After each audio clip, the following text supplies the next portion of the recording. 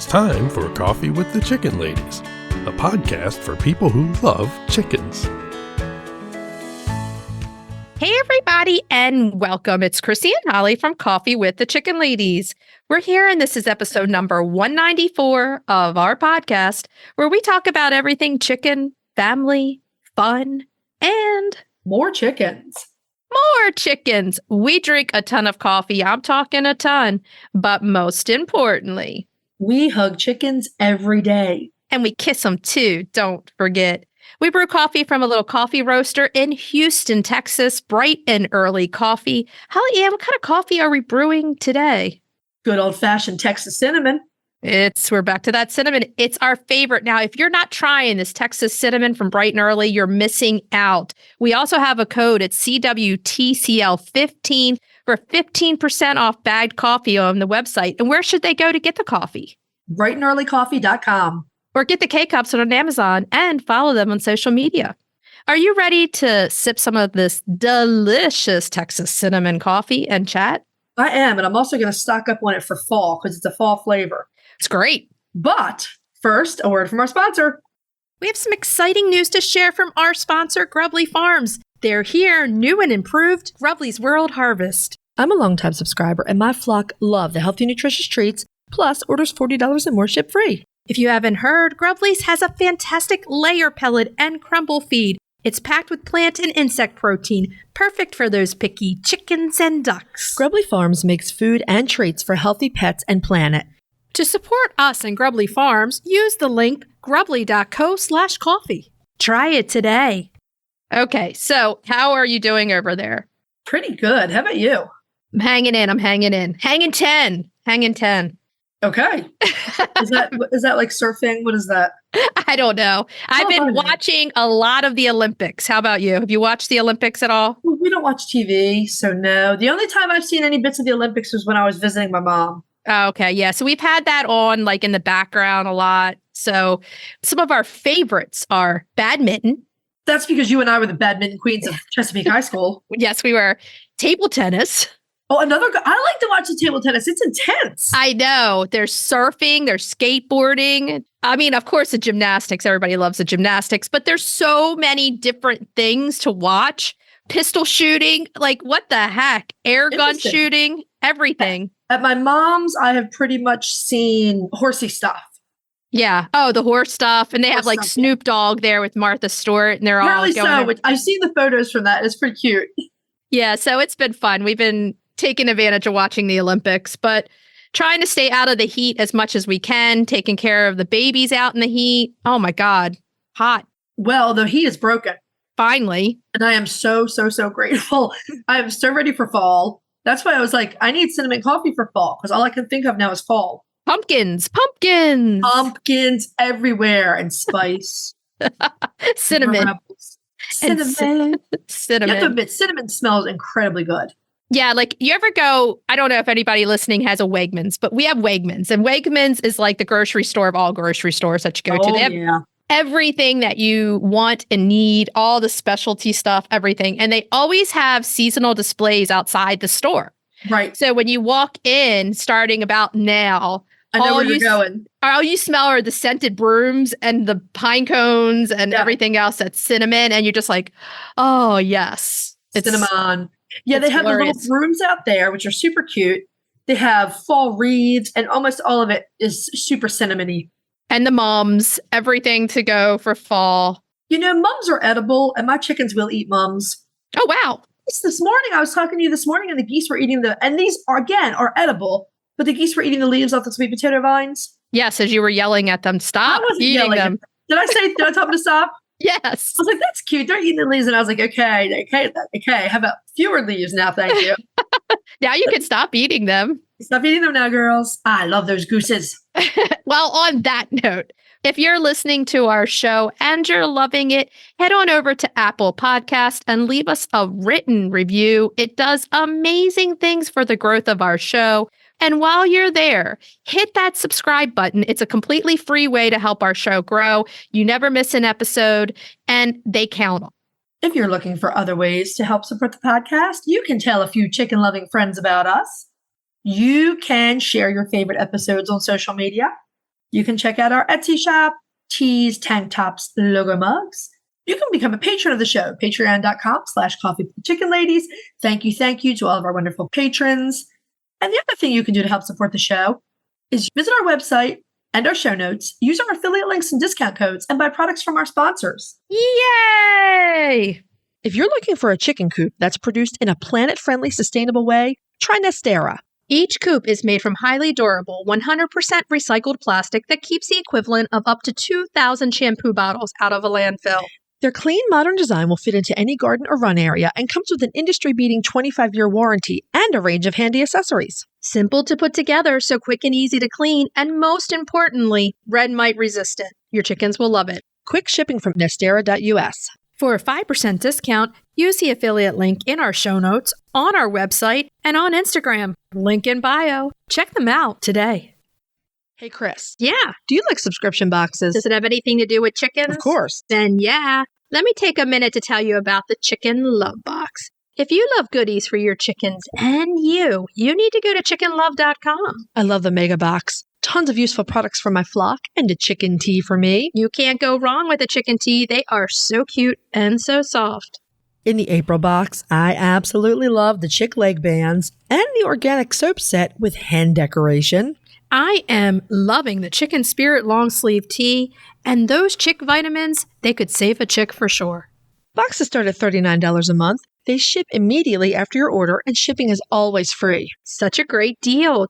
Don't wait. Get off the nest and click already. Use the code CWTCL50 for 50% off your first box of a 3-month subscription or more. That's chickenlove.com. That's chickenluv.com. Get your subscription today. The Breed Spotlight is brought to you by Murray McMurray Hatchery, defining quality for generations.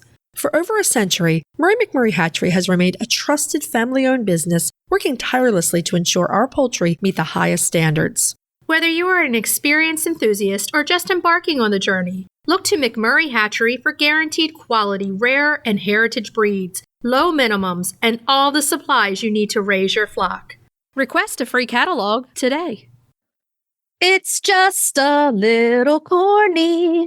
It's just a little corny of a breed spotlight. Yeah, it's this week's breed spotlight. Yeah. Yeah. Because corn is in the name of this chicken. This week's breed spotlight is the heritage Cornish chicken.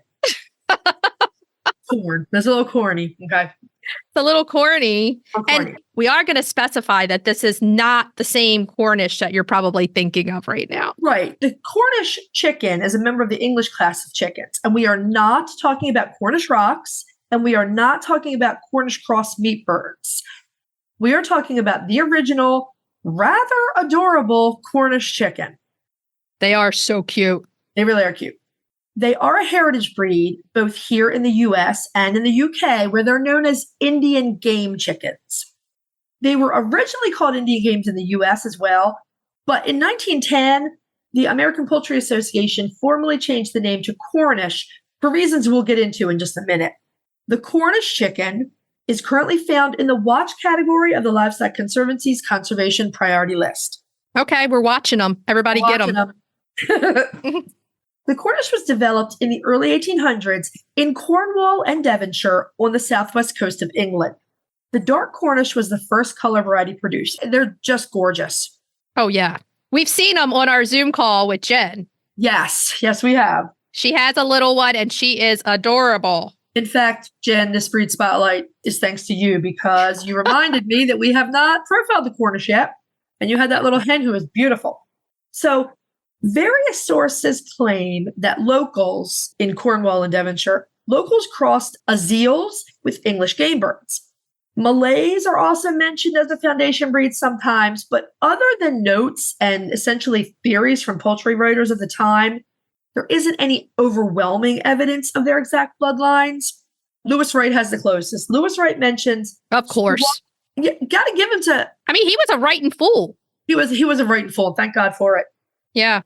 He mentions a man named Sir Walter Gilbert. Now, Sir Walter Gilbert was a general in the British East India Company Army. He was a Cornishman. And according to a correspondent who wrote to Wright, now it wasn't the general himself writing to Lewis, it was a correspondent. Right. The general crossed an Azil with a black-breasted red English game bird. It could very well be Azils, English game, Malays, and some other breeds thrown in there. We don't know exactly what. It is generally believed that the breed was developed to be fighting cocks. Oh, boo hiss. Because this was a pastime that was very popular with the Cornish miners. They needed something else to keep themselves busy. I guess you come up out of the mine and then you want to have some chicken fights. I don't know. That's ridiculous, man. They needed something. Could do something else, have a picnic, something else to keep themselves busy. Dancing, whatever. Karaoke, come on. But I think the birds had the last laugh because apparently they had like no interest in the sport. Good. So Lewis Wright also notes that the Cornish have been used as show birds almost since the beginning. I could see that. Yeah, they're unique, interesting looking. We think they're super cute. In the US, the dark Cornish were originally accepted into the APA Standard of Perfection in 1893, and the white Cornish was accepted in 1898 under the name Indian Game. Okay.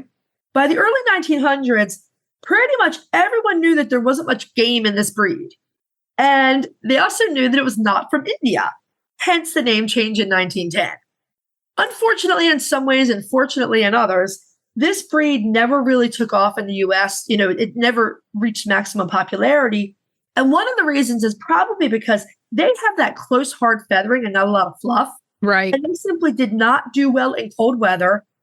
And they're not super great layers. But they're cute. I think they're adorable. Kind of like a bulldog is adorable. So, I mean, they may be taking off now more as a pet backyard bird for their beauty, for their companionship, and all those things. I found a lot of people who said they made good pets. So that was nice. Yeah. So that might give them a little boost right now. The Cornish are large, stout birds with distinct wide leg stance, okay? And they have a full-breasted body. The males and the females share very similar conformation and body type. They're going to all kind of look, they don't have very many distinct differences. Their feathers, which are some varieties, are beautifully laced. They're hard and close to the body without much fluff, like Holly Ann was saying. So they aren't good in the cold because they don't have a lot of fluff under there. Right. Now, they do have some short, muscular, stocky yellow legs, if that sounds good to you, and feet. Their heads are round with wide skulls and large pearled eyes. They're really cute. There's pearl-colored eyes. I know the Malays have pearl-colored eyes. I'm assuming the Azils do as well, but I don't know for sure. Now, they do have that small pea comb and the wattles and a proportionately large yellow beak. So if you can imagine all this, I mean, they're a very unusual looking bird. Mm-hmm. Their tails are short with feathers bunching together and held on a downward slope. Okay. Just imagine this. If you're somewhere where you can look them up, the best thing to do is to look them up and look. Yeah. Now, they're large birds. Males are averaging about 10.5 pounds, where the females are averaging 8. So if you have larger birds, you know 8's a handful, 10's even bigger. So they're a big bird, okay? Now, there are 4 APA accepted color varieties. Let's go over these. That's the beautiful dark, which is a double lace partridge. The white. The buff. And the beautiful white laced red. And then we have Jen, who is one of our beautiful patrons, and she has one of the stunning laced juvenile hens right now. Yeah, we actually saw her on camera, and we're like, who is that? She was so pretty. What a beauty. She brought her to our Zoom happy hour. So if you want to see the Cornish, you got to join our Zoom happy hour once a month. There's a lot of chicken show and tell that goes on during those Zoom happy hours. We see a lot of each other's chickens. Everybody brings a chicken to the Zoom happy hour, I feel like. Yeah. So the Cornish hens are fair layers, okay? They're going to give us around 150 to 160 medium-sized cream-colored eggs per year. They're not hitting that 200 number. I found some people that said there were even fewer. I saw some people that said they got 1 egg a week from their Cornish hens. I mean, it probably depends on bloodline, but she's not going to be setting the world on fire with any egg-laying records, that's for sure. And this breed does retain their broody tendencies, and they're known to make good moms. So if you want a broody hen, this is a breed for you. Now, like any other large breed hen, eggs and chicks can being accidentally crushed is a possibility. Keep that in mind with such a large hen, 8 pounds plus. Okay. I mean, even though she's so huge, it could be that to help avoid crush injuries, you might give her fewer eggs or something like that. Right. You can, let's say you could do, I'm taking this idea from Fiona, give her maybe 6 eggs to sit on and then put 6 in the incubator and then she can take care of all of them. Right. I'm just making that up, but you know what I mean. The Cornish tend to be viewed solely as table birds, albeit the slow-growing heritage breed variety. But they're very good at a few other jobs. So I think if you can get yourself past that. Right. I mean, even if their job is to be your companion, that's their job, right? They have been used far and wide for crossbreeding, especially to add size to offspring. We know this. But they are a foundation breed for one of our absolute favorite chickens. The Barnevelder. And you know it as soon as you see them. You can see a lot of the dark Cornish in the Barnevelder. Right. They're very good showbirds, and several people who keep them as pets say they are friendly and interesting and make really great companions. Right. I just think you have to get over the fact that when you think Cornish, you think meat bird instantly, and this is not. This is not the Cornish rock. This is not the Cornish cross. This is the original heritage breed Cornish. And if you're looking to get them, you want to double check and make sure that you're getting the original Cornish and not Cornish rock. Or some people call the Cornish rock the Cornish game, which makes it even more confusing. Right. So that brings us to this question. Where do you get the Cornish? Okay, the best thing to do would be to check in with the World Cornish Guild. There's a Facebook page, and the Livestock Conservancy also has a breeders directory. You can check both of those sites for breeders who are keeping true heritage breed Cornish chickens. In the UK, you can check in with the Indian Game Club. If you have the true heritage Cornish, send us a picture or actually give us a story. Hit that mention button and type in our name, and then we will reshare. We want to see your birds. Are you ready to dive into the fascinating world of backyard ducks? Look no further than Metzer Farms, your premier destination for top quality waterfowl. Whether you're a seasoned breeder or just starting out, Metzer Farms has everything you need to elevate your flock to the next level. And if you're passionate about call ducks, you're in for a treat. Metzer Farms hatches a stunning variety of call ducks, meticulously bred for their miniature size, beauty, and calm temperament. From snowy whites to vibrant colors, each duck is a masterpiece waiting to grace your backyard.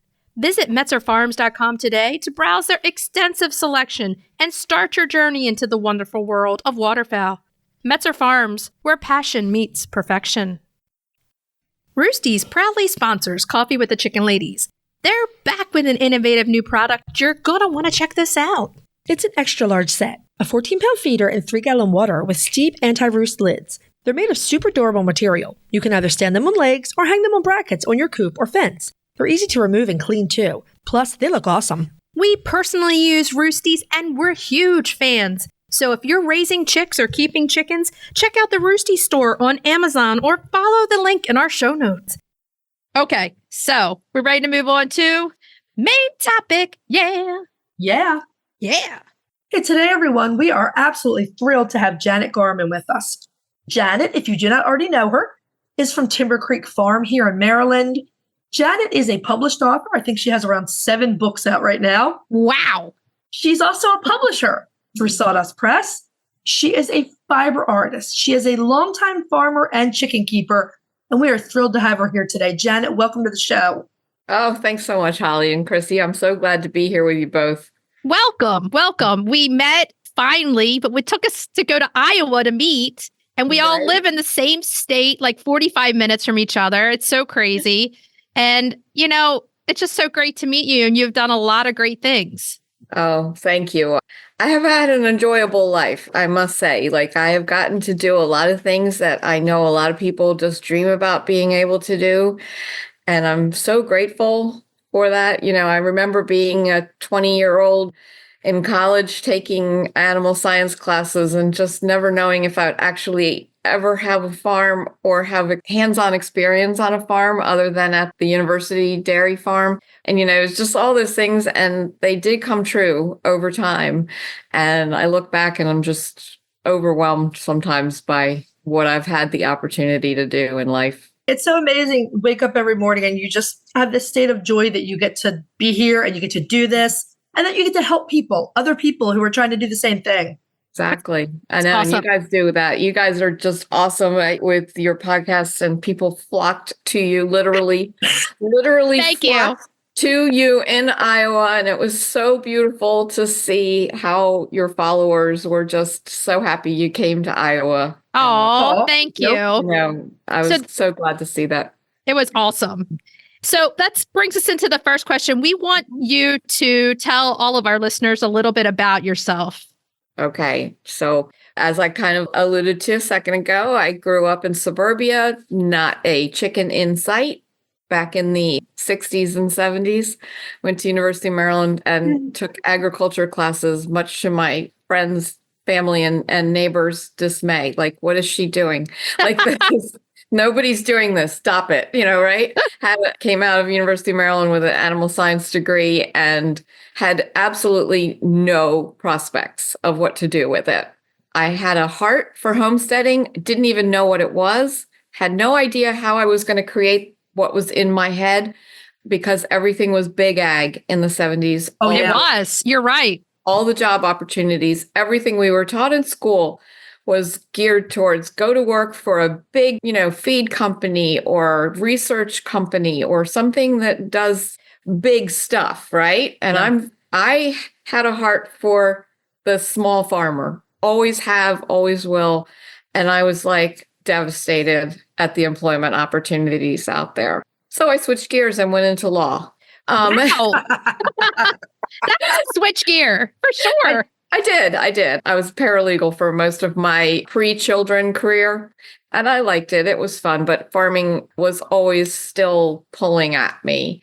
My husband and I had an opportunity to start farming on some family property near where we had bought a house. It was not ours. It was family owned by a few people. And over time, we were able to actually buy everyone out. Nice. And the farm became ours. And you know what? I know that's just not an opportunity that very many people get these days. And so I'm ever so thankful for that. So anyway, we have a tree farm in Maryland. It's designated a tree farm, but we also have the farm inside the tree farm. So that's where we have our animals. We raise all different kinds of chickens. I've raised show breeds. I did Olandsk dwarf. Nice. For a lot of times sold hatching eggs. Yes, they're super fun breed. So beautiful. They're beautiful. They're amazing. I did hatching eggs and did quite well with those for quite a while. And, on the topic that we're going to get to a little bit further in is I had a lot of roosters from raising these birds, but they are a beautiful breed. I also did the Bantam black and white mottled Cochin Bantams, and I still have several of those left from the breeding days. And some of them went to, kids doing fairs and shows, and they were a really good line of birds. And then, of course, we always raised just our generic laying chickens that, whatever breed of the moment seemed to strike my fancy. You have to go through a whole lot of all the pretty ones, right? You just have to try them all out. Exactly. So, since we had the property, it was fine because I didn't have to worry about what to do with them once they stopped laying. They just get to live out their life here being chickens. We try to keep them safe from predators. Being in the woods, that is a bit of a challenge. It is. So how much acreage do you have? We have 130 acres, mostly wooded. We have 15 acres that's like kind of silvopasture with woods and trees and pasture land. So that's for the sheep mostly. We don't pasture our chickens. They have a nice grassy area and they have secure, I say secure. Runs. They have runs. Yeah. And then they have their coops at night that they go into at night. So, we do the best we can for them. Predator pressure isn't too bad since we've been here so long and we've always had dogs on the property, even though we don't have large livestock guardian dogs. Mm-hmm. We've always had just farm dogs, but they seem to, kind of set up their territory. So it's good. We do have some fox and raccoon problems from time to time, as everybody does, no matter what you do. Here in Maryland, they're bad. They're bad. That's for sure. I also, then the other side of my life is the fiber life with my flock of sheep and fiber goats. So, kind of those kind of things too. We won't start Holly on this. Wait, because no, Holly. Janet just said magic words. No. I know all about Janet's sheep, but she just said fiber goats. We cannot start Holly Ann on this. We'll never get her off. She's going to be like, la, la, la, fiber goats. Yes. Fiber goats. Yeah. And so I've had this unique opportunity to follow two unique dreams, both, raising chickens for eggs and also my fiber life of raising my own wool and getting yarn back from fiber mills and just being able to be artistic with it. And that is so special. It's just fantastic. Yeah. We'll stick with chickens today, but yes. Don't get Holly Ann started. Don't get her started. So this year, Chrissy and I both ended up with roosters in our chicks.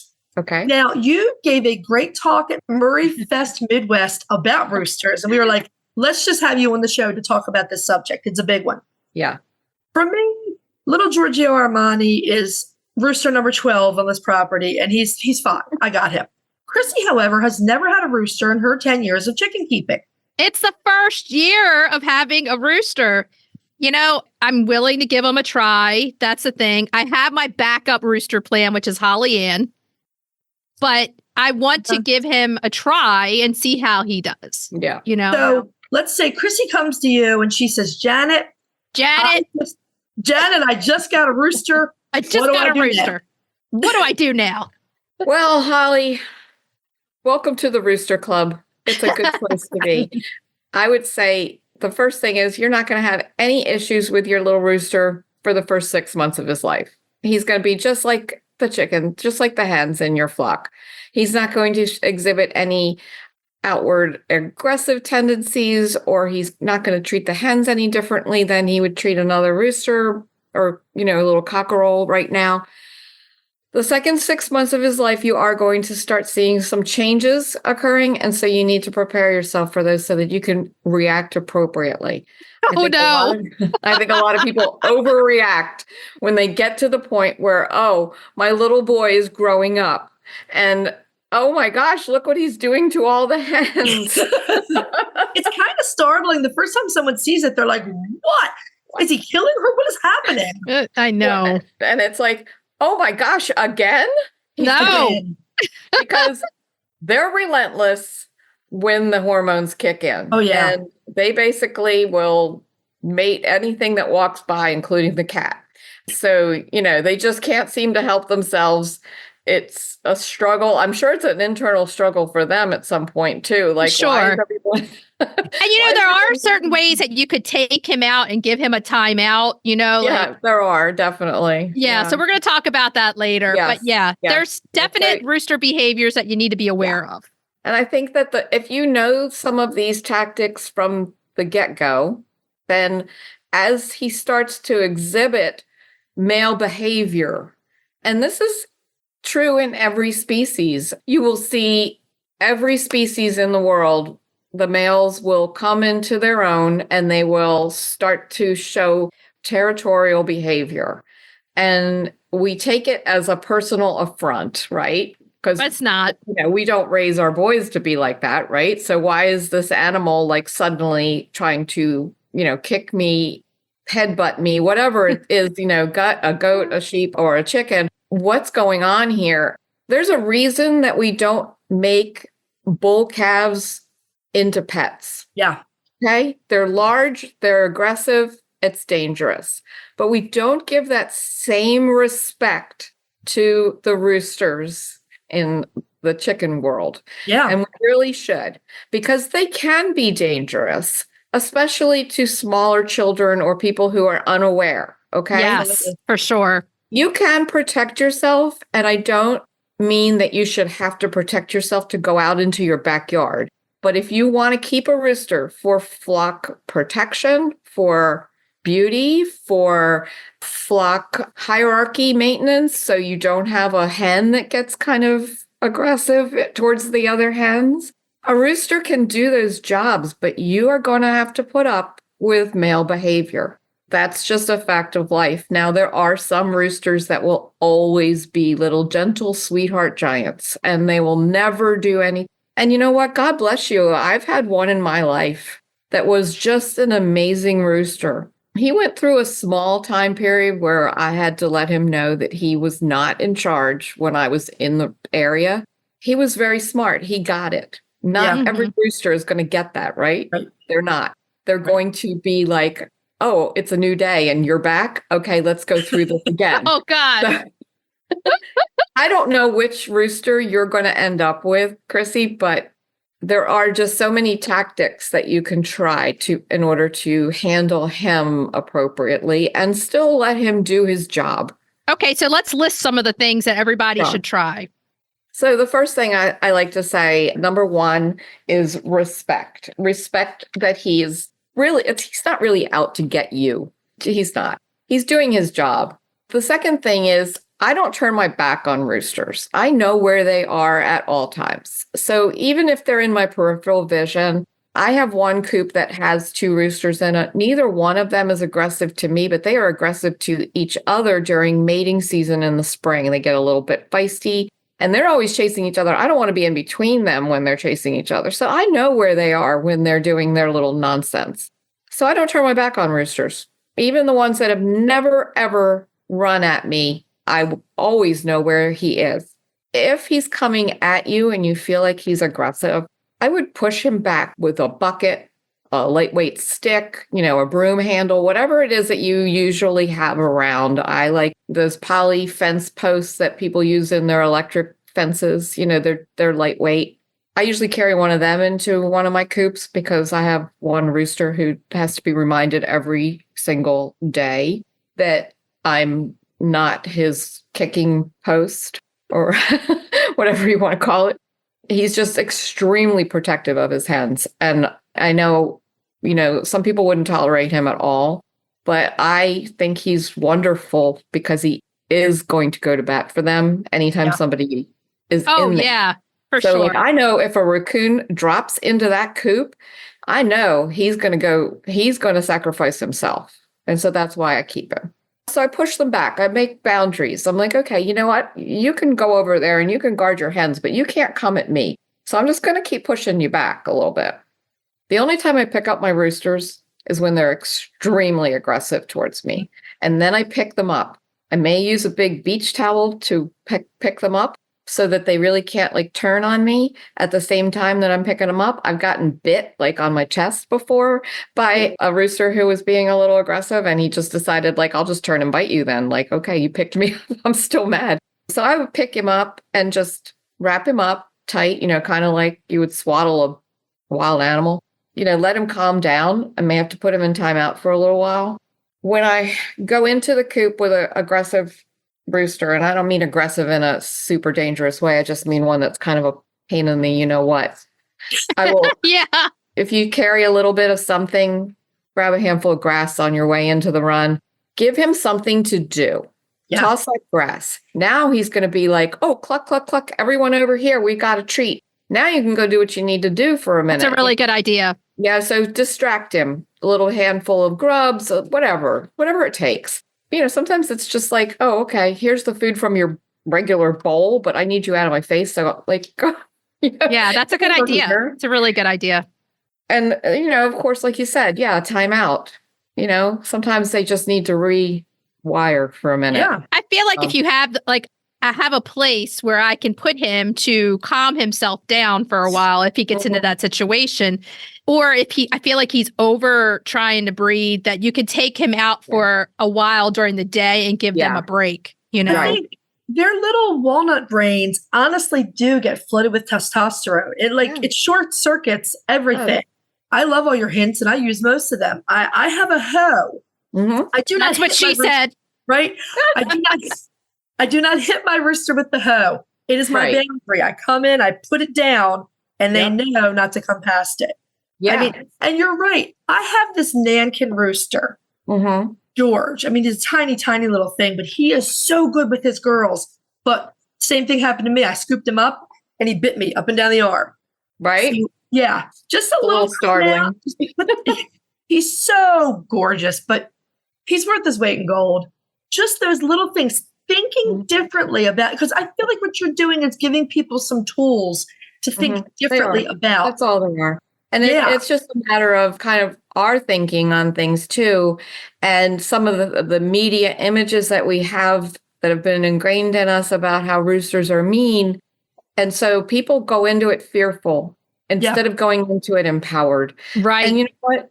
Okay, I'll admit, not every rooster is going to work for every family situation. If you have toddlers and you have a rooster that chases every human or goes at every human, I'm sorry, I'm not going to argue that you should keep that rooster. If you have dangerous situations, that rooster needs to be rehomed or repurposed. And I think by repurposed, you know what I mean. They're a great, flavorful option for our table also. So don't be feeling like just because you got him as a chicken to be on your property that you can't make that decision. Let's go into preventing this from happening, because there are a few things that you can try to do to prevent it I prevented it for 10 years. You did a great job. You did far better than I did. Me too. It's right. Holly and I are just keeping all the roosters. We're just, just build another coop. In 10 years, one guy. We knew you were a kindred spirit, Janet. We knew it. Yeah, I know. We knew that right away.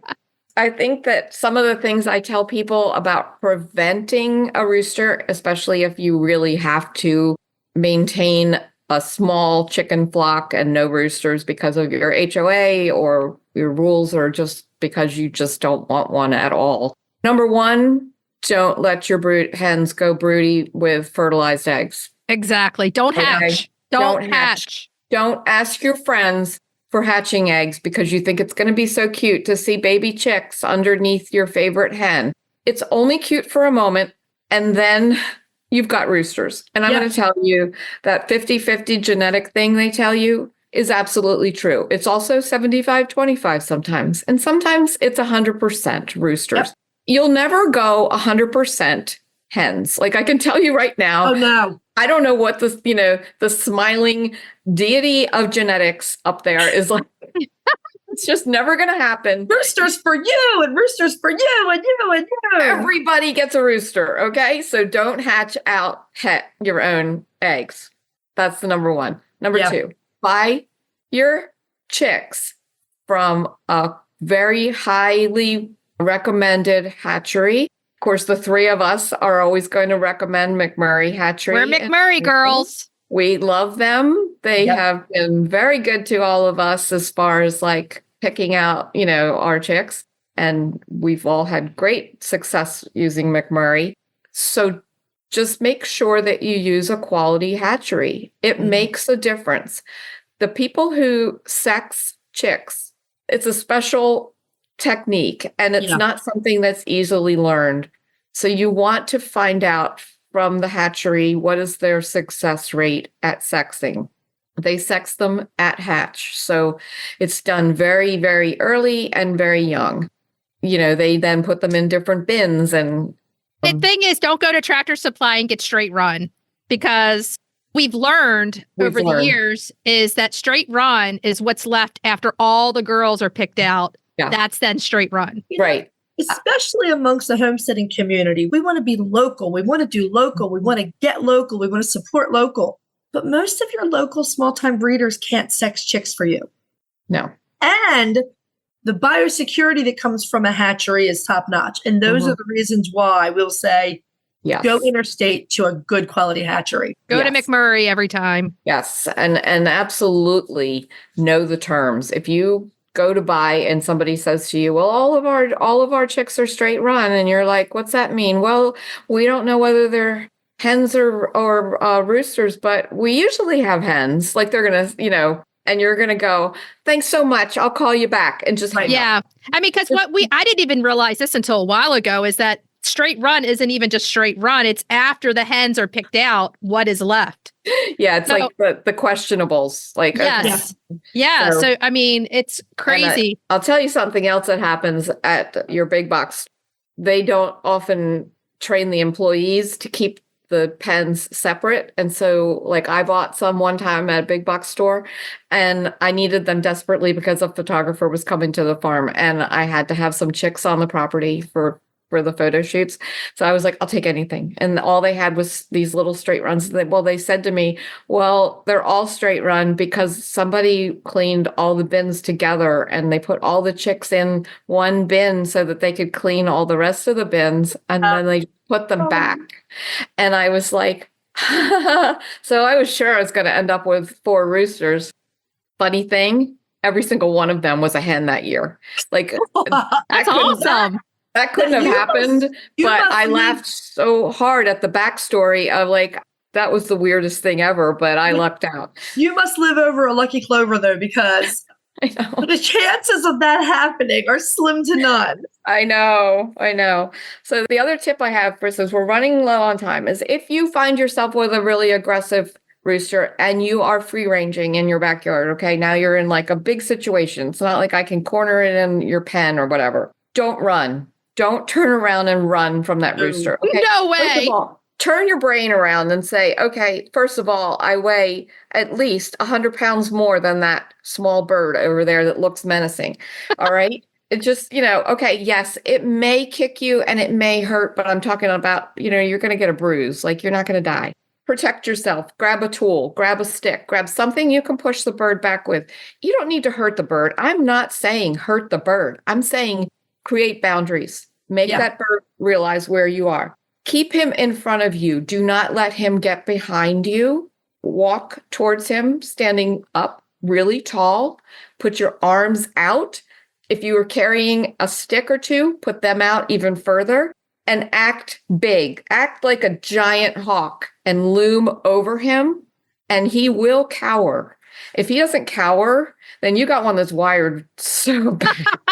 No. And at that point, what I would say is grab him off the roost at night, put him in a small crate, and find a way to rehome him because he's not the one for your property. And as sad as that is, that may just be something you have to face one day. So we have time for one more question, and it's the question that we ask every single guest that comes on this show. Okay. And that is, what is your favorite breed of chicken? Oh, my current favorite breed are the Bielefelders. Yay! I know. Like, what a beautiful, fluffy bird. Oh, they're so gorgeous. They are. With them, I now have 3 hens, and I am just in love with them. But my all-time favorite has been, and this is the strangest thing, I think, the White Rock. Oh, wow. Oh, They nice. Nice. Amazing, kind temperaments for the most part. They're all white like the Leghorns. But they're bigger, they're broader, they're kind of a mixed purpose breed, but they lay a lot of eggs. I've never had one that was nasty. I've had some that are elusive, like they're just not really like that friendly, but I've never had one that's been kind of like a pecking order issue or anything like that. They just are beautiful, white, fluffy, and I just think their personalities are beautiful. So that is great to know. I mean, barred rocks can get a little spicy. Mm-hmm. So you're telling us the white rocks are wonderful. And we also love a white chicken too. Yeah. And one of my other besties has silver rocks, and she said they're the sweetest thing ever. Huh. So I think the lesson here is that the whole rock family is not the same as the barred rock. Right. Yeah. I'm not a fan of the barred rocks myself. They're not something I usually include in my order because I've had some occasions where I've been like, well, aren't you something? Yes. Yeah. Yes. I have one named Poppy, and she's really good, but you never know what you're going to get with the barred rocks. We say that all the time. Because they are so popular, there's probably a lot of maybe not so great breeding from some people, and they're very popular. And so, oh my goodness. Yeah. Well, Janet, where can people find you if they want to find you? Okay, so my website, which has a lot of chicken content, is timbercreekfarmer.com, FARMER, farmer.com. And then on Instagram, I am Timber Creek Farmer. Facebook, I'm Janet Garman Timber Creek Farm. And then our publishing company is sawdustpublishing.com. It's all homesteading, agriculture, style, and genre books. So awesome. Thank you so much for coming on. We definitely want to have you back again. Thank you. Because I think we could have talked for like 2 more hours on here with you. Well, we talked all weekend and still had plenty of things to say. I know. So we're gonna have to have you back for another round table. That's for sure. Thank you so much for coming on. You're welcome. I enjoyed it. Thank you. Thanks. We'll talk to you later. Okay. Bye. We just want to thank the absolutely wonderful Janet Garman one more time for spending a delightful hour with us, talking roosters and chickens and all kinds of fun things, sheep, etc. We're going to have her back because I think we could have talked to her for another 3 hours. Absolutely. Make sure you go follow Janet on her socials. I'll have them linked in the show notes. Timber Creek Farmer. Maryland girl with us. Yeah. Okay, so let's move on to Cracking the eggs. Cracking those eggs. Now, this week's cracking the eggs. We're going with something that's in season. We like to do what's in season, what you have. Yeah. And I have peaches growing in my yard right now. So we went with the peach cobbler. Keep it easy. I mean, this is a basic peach cobbler. If you've got good peaches, it's going to taste incredible. And it's still summer. We're still hooked on peaches. This cobbler recipe is so quick. We actually don't even bother to peel the peaches. No. Why? Yeah, but if you want to do that, go ahead and do it. It's going to take you a little longer. But if you're just leaving the peel on the peaches, you can get this together very quickly. Oh, yeah. I mean, it's great if you need to do something for a potluck, for a block party, just for you want a dessert one night and you don't feel like doing something major. There you go. You go through the grocery store and you can smell the unmistakable deliciousness of fresh, ripe peaches and you can't resist. I know. I have them. Happens to someone. I don't know who. I have them in my yard. I know you do. I'm jealous of your peach trees. Okay, so let's go through the ingredients. We're going to do 8 to 10 peaches, depending on size, a cup of flour or gluten-free flour 1-to-1, 1.5 teaspoons of baking powder, a half a teaspoon of salt, a half a cup of granulated sugar, a half a cup of brown sugar, your 1 egg, a teaspoon of fresh lemon juice, and a half a cup of melted butter or dairy-free butter. You're going to preheat your oven at 350 degrees. Now you want either a nice, true deep dish pie plate or some other kind of baking dish that has some size to it. You're going to lightly spray that and then set it aside. I actually have this really fantastic 10-inch ceramic baking dish that I use. It's not super deep, but it's big. So you can either go big and shallow or smaller and deep. I love the Pioneer Woman pie dishes. I just love them. Deep dish. She does. Yeah. So I have those because I just think they're so pretty and I like to look at them when I do it. So yeah. You can use fewer peaches if you don't have a big enough dish, but why would you want to? Yeah, exactly. If you're going this route, peel your peaches. If you're being lazy like us, you're just going to pit and slice your peaches, add them to the dish, mix in some lemon juice, and set that aside. You want to grab a medium-sized baking dish, stir together the flour, the baking powder, the salt, and the sugars. Add the egg and either mix it with a wooden spoon or knead it with your hands until you make a crumbly dough. Right.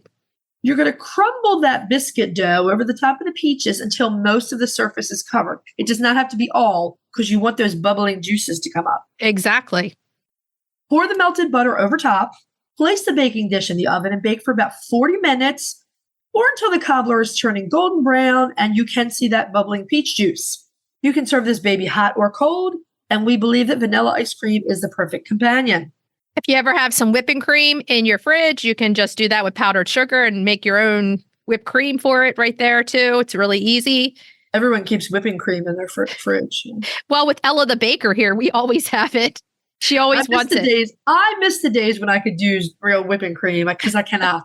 Alas. She's always like, I want to bake this. Do we have whipping cream? So we always end up having some. Yeah. Or I hate it when we do have it and it just expired. I'm like, no. That's super frustrating. Yep. Okay, so try it. You might like it. It's delicious. You will like it. Okay, so let's move on to retail therapy. Retail therapy. Yeah. This week's retail therapy, we're talking vintage chicken figurines just because we love them. Some of our most favoriteest things in the world. And there's no right or wrong when it comes to collecting. I mean, you collect the things that are attractive to you and you like. Yeah. So we like couples. Yep. That's my big thing. It's the hen and the Pairs. rooster. Couples, pairs, yes. The pairs. And so some of our favorite makers to look for, I mean, probably if you're looking for something that's gorgeous and is going to hold value, the one company you can never pass up is Fitz and Floyd. Oh, yeah. Fitz and Floyd's amazing. And their stuff is just colorful and beautiful and all that stuff. Now, there's Royal Copley also that has a lot. Royal Copley has a lot. And honestly, when we do our antiquing, when we went through Ohio and all the different places, I came back with lots of pairs of the figurines because back in the day, that is what people collected. They were small enough to put on a windowsill. They were small enough to put in a buffet or a hutch. You would put bigger ones on an end table or on a fireplace mantle or even in the middle of your dining table. So I have this little story. It's not long, but basically growing up, my grandparents, they actually lived very close to where you grew up. And they had a very old house that my grandfather built himself. And in the living room were 2 leaded windows on either side of the fireplace. And those windows, I actually have one of the windows that came out of the house. I used to sit on the sofa with my grandparents and look up and watch the sun coming in. I have distinct memories of looking at all the figurines in the window in the sun. And that is why I started collecting made in Japan figurines, the Victorian women, the English women. We're talking about Japanese import porcelain. Right. There's a huge body of it, and you can get some really nice stuff. So I started collecting that, but the chickens go right along with that. Like they were right at that same time. So in your kitchen windowsill, you would have them. In the hutch, you would have them. And they're easy to switch out. I like them because if you get tired of them after a while, you can just get a shoebox. That's what I do and switch them out. And they're really cool. You can. I mean, and that goes from everything. Because when we say vintage figurines, we also collect the salt and pepper shakers because they're in pairs as well. Right. But some of the other, and there's a ton of the Japanese import. There's other brands like Napco is a good one. Right. But then some of the US potteries did some really great figures too. They tend to cost a little more, but I have a fantastic pair of red, good size, they're big, hen and rooster from Royal Hager potteries. Right. I'm missing half of this set. I only found the rooster, but I have a rooster from Pensbury pottery that's in a gorgeous blue and white glaze. Right. I have so many that it's like I can't keep track. Now I remember collecting. If you would find something that was made in occupied Japan, you were like, oh, you got to get that because that's worth even more. There was less made there. But, the figurines, they're just a favorite to collect because I just love the versatility of them. Yes. We bought a beautiful pair of figurines for the studio in Ohio, and they're a pair of Malay style chickens. Yeah. Those figurines are stunning. I love them so much. They're in the studio, in our studio hutch, where we keep our glasses that we bought in Ohio. I can almost see them from here. I know. I'm in the studio today. Holly's at home. So yeah, but it's just fun stuff. So give yourself the 5-minute vacation. Just Google vintage chicken figurines. You insist on saying that's a 5-minute vacation. When have you ever been able to stop looking at 5 minutes? Well, I can. If that's all you've got, it's at least, it's good for 5 minutes at least. Okay. There's so many of them that you're going to want.